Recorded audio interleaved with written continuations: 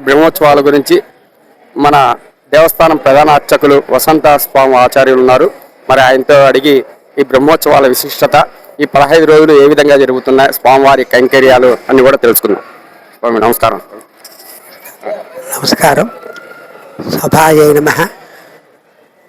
శ్రీ స్వస్తి శ్రీ విశ్వావసనామ సంవత్సర పాల్గొన మాస శుద్ధ ఏకాదశి శుక్రవారము సాయంత్రం అంకురార్పణతో స్వామివారి బ్రహ్మోత్సవంలో ప్రారంభమవుతుంది. తదుపరి మరుసటి రోజు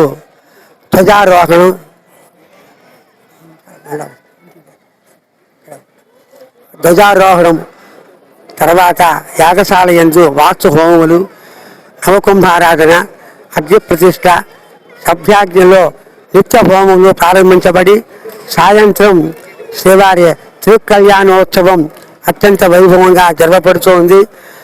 ఈ యొక్క ఉత్సవాలు 15 రోజులు విశేషంగా జరుపుతూ ఉన్నాము. 50 మంది భక్తాదులు స్వామివారి బ్రహ్మోత్సవానికి విచ్చేసి స్వామివారి ఉత్సవాదులు, స్వామివారి మూలవలను దర్శించి స్వామివారి తీర్థప్రసాదములు స్వీకరించి స్వామివారి అనుగ్రహానికి పాత్రలు కావాల్సిందిగా సవినీయంగా కోరుచున్నాము. శుభం భూయాత్. ప్రతిరోజు మరి ఈ యొక్క ప్రధాన ఘట్టాల్లో మరి కాదిరి లక్ష్మీనరసింహ స్వామి వారి యొక్క కళ్యాణోత్సవం అనేటువంటిది కనీ విని ఎరగని రీతిలో మరి స్వామివారి కళ్యాణోత్సవం జరుగుతుంది.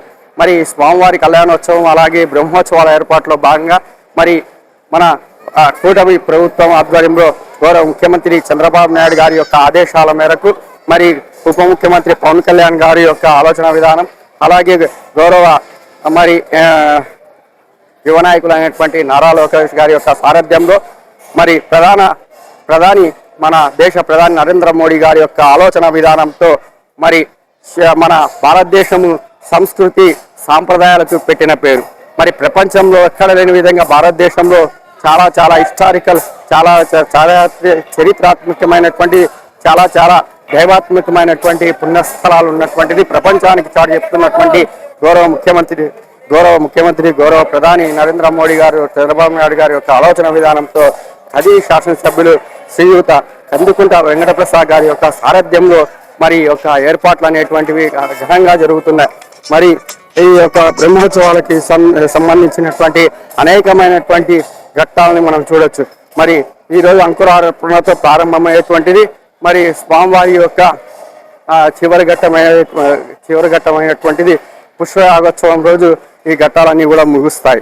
ప్రధానమైనటువంటిది కళ్యాణోత్సవం తదుపరి వచ్చేటువంటిది తొలుగరుడు సేవ తదనంతరం వచ్చేటువంటిది మోహిని ఉత్సవం అనేటువంటిది స్వామివారు ప్రతి ఒక్క వాడవాడ కదిరి ప్రాంతంలో ఉన్నటువంటి ప్రతి ఒక్క వాడవాడ స్వామివారు వేయించేస్తారు.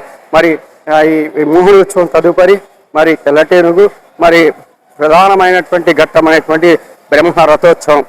మన భారతదేశంలో అనేక రథాలున్నా కూడా అనేక పెద్ద రథాల్లో శ్రీమద్ కాదిరి లక్ష్మీనరసింహస్వామి బ్రహ్మ రథోత్సవం అనే తిరునాళ మరి బ్రహ్మ రథోత్సవం అనేటువంటిది కూడా ప్రధానమైనటువంటిది. పూరి జగన్నాథుడు, అలాగే మనము తంజావూరులో ఉన్నటువంటి బ్రహ్మ రథోత్సవం తదుపరి మరి కాదిరి క్షేత్రం నందు వెలిసి ఉన్నటువంటి రథోత్సవం పేరు అనగా చాలా చారిత్రాత్మకమైనటువంటి మరి తదుపరి బ్రహ్మ రథోత్సవం తదనంతరం మరి స్వామివారి యొక్క వసంత వల్లభుడు కాబట్టి వసంతోత్సవం అనేటువంటిది మరి జరుగుతాయి. వసంతోత్సవం తదుపరి స్వామివారి పుష్పయాగోత్సవంతో ఈ యొక్క బ్రహ్మోత్సవాలన్నీ కూడా ముగుస్తాయి.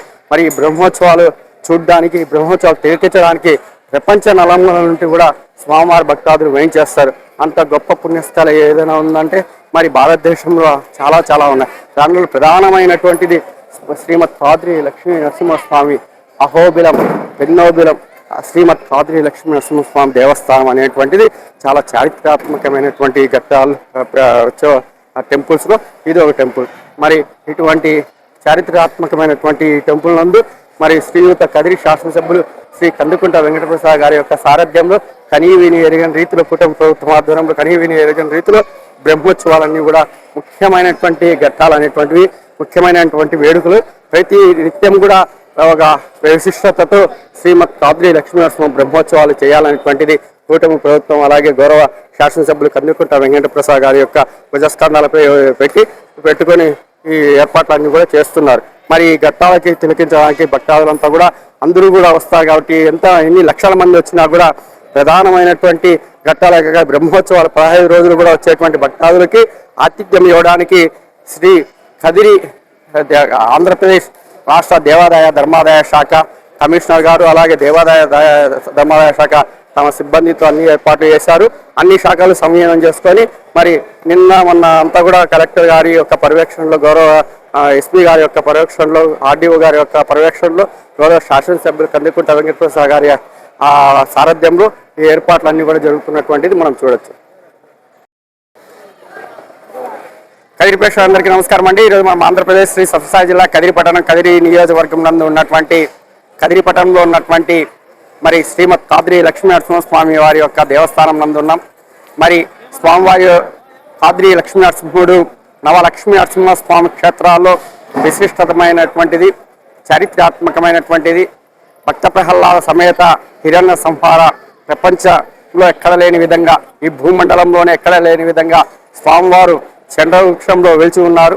మరి ఇక్కడ చూస్తున్నాం స్వామివారి బ్రహ్మోత్సవాలు అనగానే ప్రతి ఏటా కూడా స్వామివారి బ్రహ్మోత్సవాల గురించి మరి ఈ సంవత్సరం అంతా కూడా వేచి చూసేటువంటి భక్తాదులు ఉన్నటువంటి పుణ్యస్థలం ఏదైనా ఉందంటే ఈ భూమండలం మీద అంత గొప్ప పుణ్యస్థలం మరి కాద్రి లక్ష్మీనరసింహస్వామి వారి యొక్క దేవస్థానం.